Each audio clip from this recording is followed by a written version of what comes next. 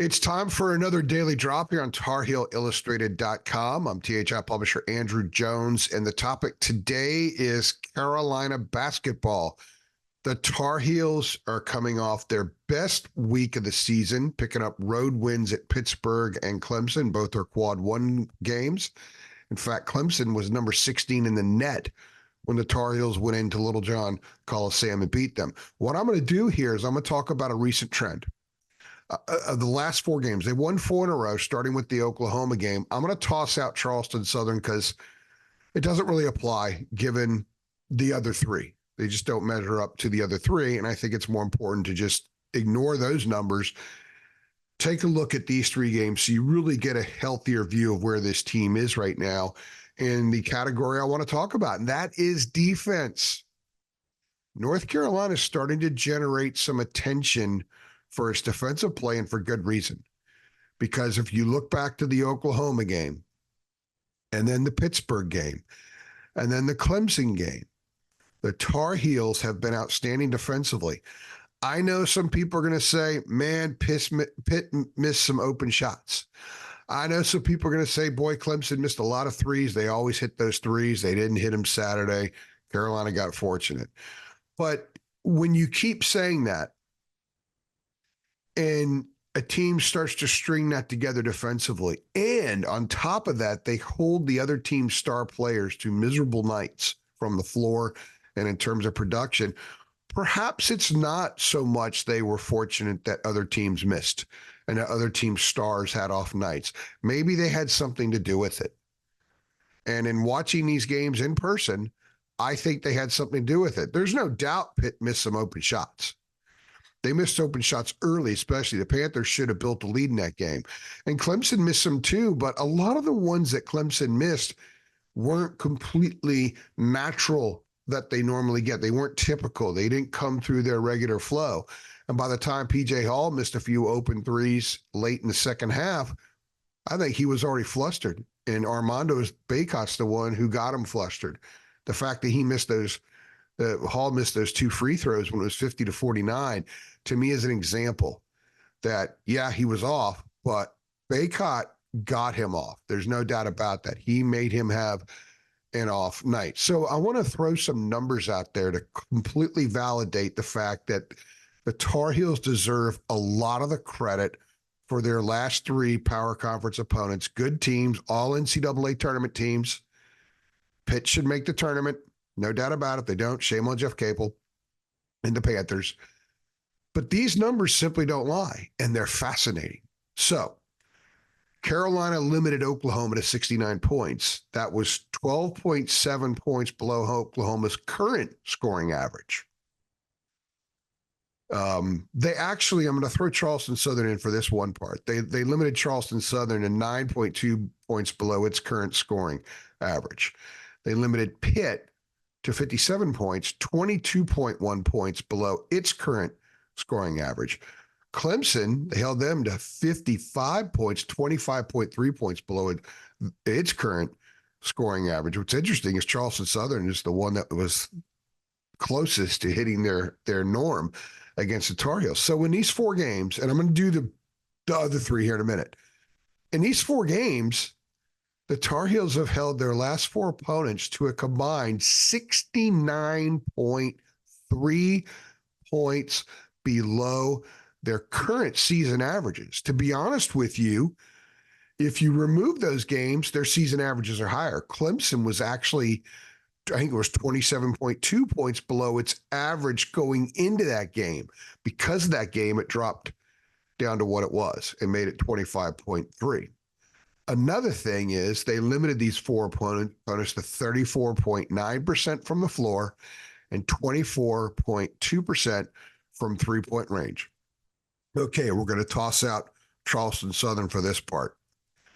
We're going to look at the last two games this past week on the road at other teams' home building where the rims should be friendly because the players know their rims better than they do on the road. Blake Hinson went into the game for Pitt averaging 19.5 points, shooting 46% from the floor, 43.8% from three. Carolina held him to 11 points, 4 for 16 from the floor, 2 for 11 from three-point range. That's way below his averages. Go to Clemson on Saturday. Joseph Girard went into the game averaging 15.8 points, 46.7% from the floor, 45.2% from three. Held him to 5 points, 1 for 10 and 0 for 4. Hinson and Girard were at 43.8% and 45.2%, taking a ton of threes. They both hit more than 43s going into the game. Carolina held those two guys combined 2 for 15 from the perimeter. PJ Hall, stud, first team all ACC guy, legitimate ACC player of the year contender. He went into the game averaging 20.2 points, shooting 56.3% from the floor, 37.9% from three. Carolina held him to 10 points, 4 for 13, and 0 for 5. So combined, those three studs, combined, they entered the games averaging 55.5 points, shooting 49.9% from the field and 43% from three-point range. Carolina held that trio to 26 points. All right, that's almost 30 points below their combined average. 9 for 39 from the floor. That's 23%. And 2 for 20 from the perimeter. That's 10%.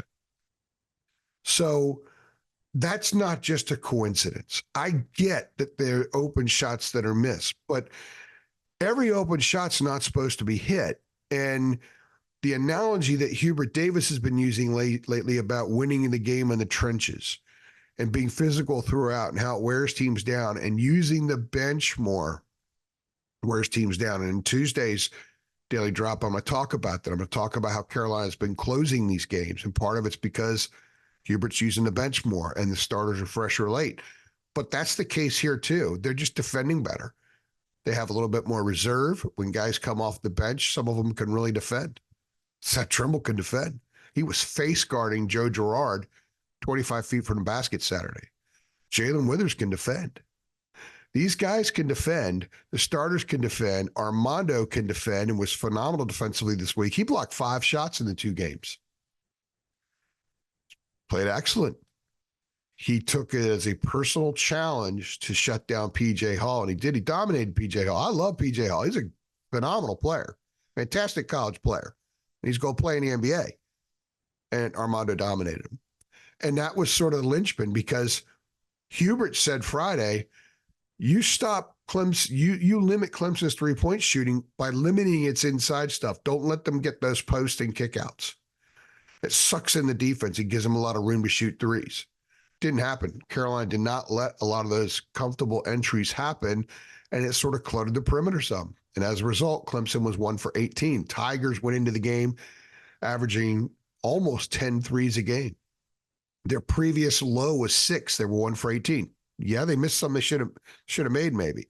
Doesn't matter. Carolina had something to do with it. So these numbers are phenomenal. What they did to these teams and what they did to Blake Hinson, Joseph Girard, and PJ Hall, those numbers don't lie. That's enough of a trend to say, you know what? This is a pretty good defensive team. Of course, let's see what they do moving forward. What do they do against Burns at NC State? What do they do against the talent that Syracuse has? And moving forward, they got to continue to do this. If they do this moving forward on a pretty regular basis, club's going to win a crap load of games. And they needed to do this, especially this past week, because offensively they shot combined below 40%. R.J. Davis scored 29 points this week, and the Tar Heels picked up 2 quad 1 wins on the road. So Saturday at Clemson, they have no fast break points, and they only make 7 free throws. They win by 10 in Little John Coliseum because they defended. They rebounded some other things, but they defended. It began with the defense. So kudos to the Tar Heels for playing some very good defense lately against NCAA tournament caliber teams. Oklahoma will be in the tournament. Clemson will be in the tournament, and I think Pitt gets there as well. If you're excited about the Tar Heels defensive effort of late, go ahead and click like on this video. If you're excited that the fact they've won 4 in a row and they're moving up in the rankings and they're starting to look like a team that could win the ACC, go ahead and click like as well. Make sure you subscribe to our channel. Tell your friends, let them know we're here. We are jam-packed with Carolina football and basketball coverage and recruiting coverage constantly. Every day of the year, we load up big time on Tar Heel stuff. And remember, guys, we go where the Tar Heels go. I'm AJ, and I'll see you tomorrow.